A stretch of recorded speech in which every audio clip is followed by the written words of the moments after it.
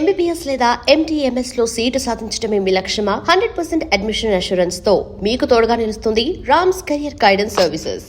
అయితే నాకు తెలిసినంత వరకు సినిమా నిర్మాణానికి అయిన ఖర్చు 30,00,000 ఆ రోజుల్లో. అవును. చాలా తక్కువ. అవును. అదేమి 80స్, 70స్ గాదు. అవును. 93లో వచ్చిన మూవీ. అవును. సో, 93లో 30,00,000తో ఒక సినిమా అంటే అసలు అవును. సాధ్యమయ్యే విషయం గాదు. అవును. అయితే ఇప్పుడు చాలా సంవత్సరాలు అయిపోయింది కాబట్టి చెప్పండి సార్. 30,00,000తో తీసిన 'మాతృదేవో భవ' సినిమా ఎంత కలెక్ట్ చేసింది? దాదాపు 7 క్రోర్స్ పైన కలెక్ట్ అబ్బా! చేసిందండి. హ్మ్. హ్మ్. బాగా చేసింది. దాంట్లో ఇంకొక విషయం ఏంటంటే, సినిమా చూసిన తర్వాత నాకు ఇప్పటికి చాలా ఇదనిపిస్తది. బయర్స్‌కి ముందు షో ఏస్తాం కదా! సార్. కొనేవాళ్ళు ఎవరైనా వస్తే హ్మ్. అని చెప్పని.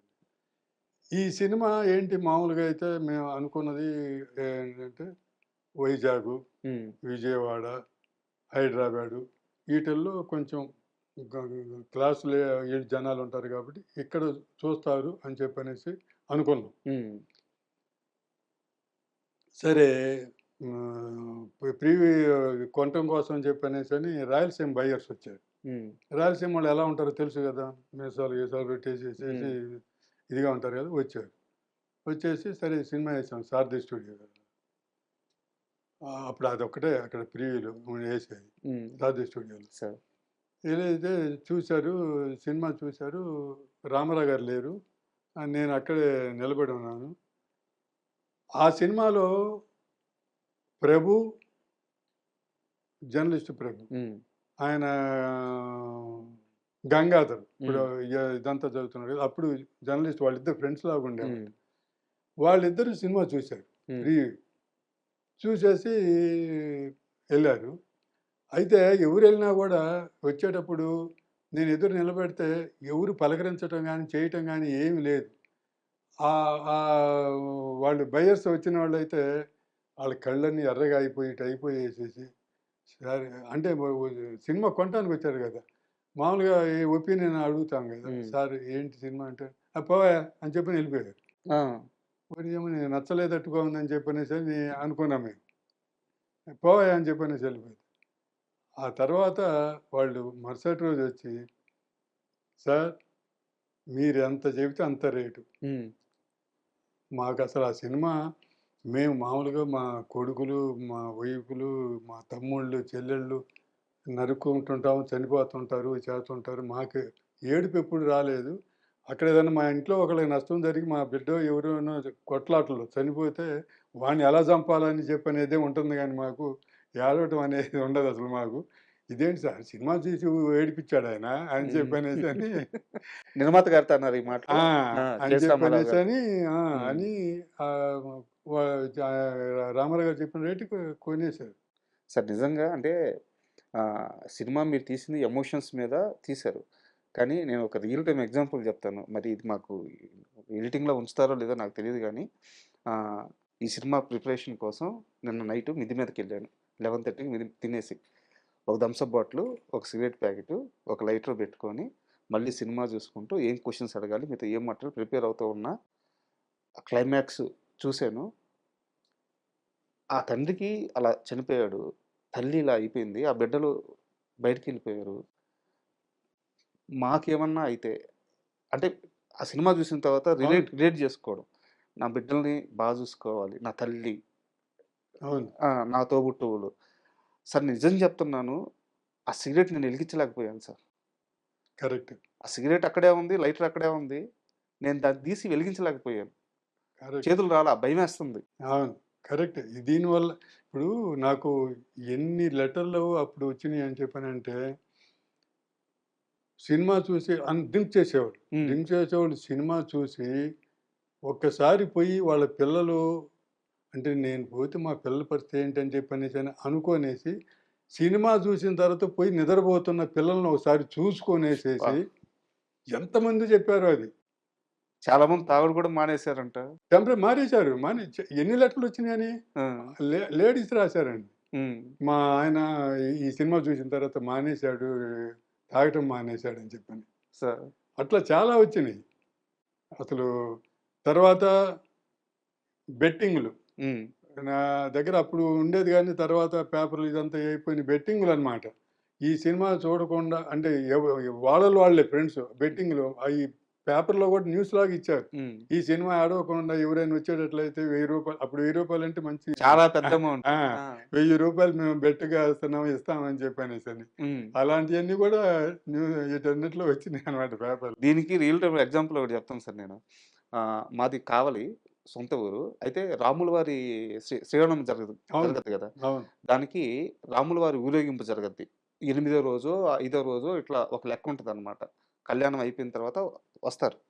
ఆ రోజు రాత్రి మా గొంతుకొచ్చేలేకే, మా వీధికొచ్చేలేకే అర్ధరాత్రి 1 గంటో, 2 గంటో అవద్దనమాట. అవుతుంది. సో, అప్పటిదాకా జనాలు నిద్రపోకుండా ఆ రోజుల్లో ఏం జేసేవాళ్ళంటే వీసీడీ క్యాసెట్లుండేయి గదా! అవును. అయి పెట్టి రోడ్‌లో టీవీ పెట్టేసి, తెర అవును. పెట్టేసి సినిమాలేసేవాళ్ళు. అవును. అదే వీధిలో నాకు బాగా గుర్తు సార్. ఇక్కడ 'మాతృదేవోభవ' సినిమా యేస్తున్నారు. కొంచెం ముందు అవతల 'ముఠా మిస్టర్' సినిమా యేస్తున్నారు. ఓహ్! చిరంజీవి గారిది. అది అవును. ఆ! అంతే.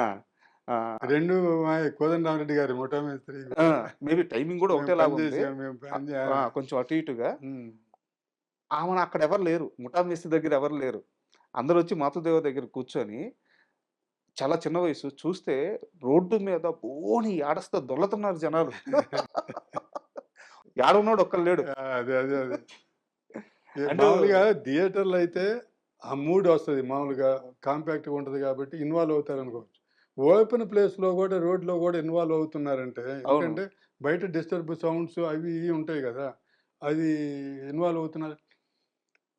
చాలా సినిమాలు గూడా మామూలు థియేటర్‌లో మేము ఇన్వాల్వ్ అయ్యి కొంచెం కళ్ళ నీళ్ళు తిరిగాయి గానీ, టీవీలో చూసేటప్పుడు తిరిగేవి గావు అని చెప్పనేసి అనేవాళ్ళు. హ్మ్. అలాంటి వాళ్ళు కూడా టీవీలు చూసినా, ఇంక మీరు చెప్పింది అసలు ఒక రోడ్డు మీద. రోడ్డు అవును. మీద అయితే ఈ టీవీలది లెక్కేముంది. టీవీలు చూసేవాళ్ళు కూడా అంతే. ఇన్వాల్వ్ అయిపోవటం అని చెప్పనేది ఆహ్, అప్పట్లో ఈ సినిమాకెళ్ళే ప్రేక్షకులు థియేటర్ లోపలికెళ్ళే వాళ్ళకి ఒక కర్చీఫ్ గూడా ఇచ్చేవాళ్ళంట టికెట్‌తో పాటు. అది కరెక్ట్‌గా చెప్పాలంటే అది వాళ్ళు ఏడవటానికి, తుడుచుకోవటానికి ఇచ్చారని చెప్పనేసని అనేవాళ్ళు. హ్మ్. ఫస్ట్ మేము ఏడ్చాం. ఆ! ఎందుకంటే సినిమా చూసి కాదు. రిలీజ్ అయిన తర్వాత రోజు దేవి థియేటర్ దగ్గరికెళ్ళేవాడిని. హ్మ్. ఫ్రైడే 10% జనాలు లేరు. సాటర్డే లేరు. 10% అట్లా దానికో అటు ఇటే ఉన్నారు. 10% థియేటర్ ఆల్‌మోస్ట్ ఖాళీ. మొత్తం ఖాళీయే కదా! 10% అంటే ఏముంటుంది? ఆ! సరే సండే ఎళ్ళాం. హ్మ్. సండే పికప్ అవుతదని చెప్పనేసని. ఎళ్తే ఏదో 11, 12% అంతే. హ్మ్. ఏంటి ఇట్లా ఈ ఘోరం ఉంది అని చెప్పనేసి అనుకున్నాము. వాళ్ళు థియేటర్‌లో అడిగితే సండే రోజు చుట్టుపక్కల పాత సినిమాలేసిన థియేటర్‌లు కూడా ఫుల్ అయినాయి అన్ని. హ్మ్. పాత సినిమాలు. ఇది మాత్రం ఇట్లా ఉంది.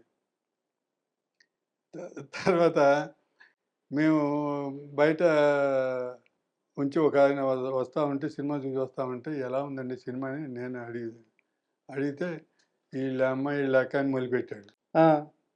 ఏంది అమ్మ చెప్పి నేను షాక్ అయ్యాను. అనవసరంగా అడిగా ఏదని చెప్పానేసని.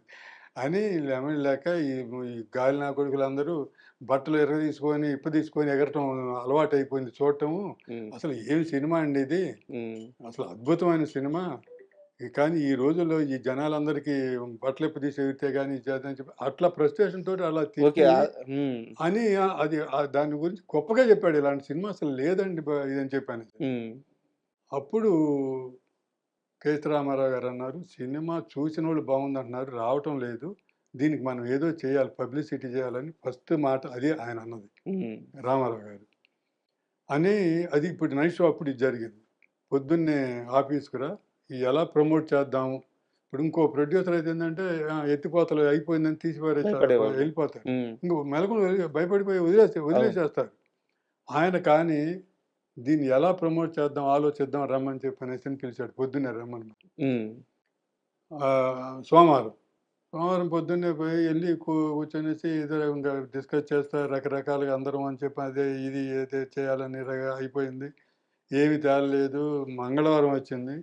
మంగళవారం వచ్చిన తర్వాత ఆ డిస్కషన్‌లో మళ్ళీ లేట్ అయిపోతుంది. సినిమా ఎందుకంటే థర్స్‌డే వచ్చిందంటే తీసేస్తారు. అంతే.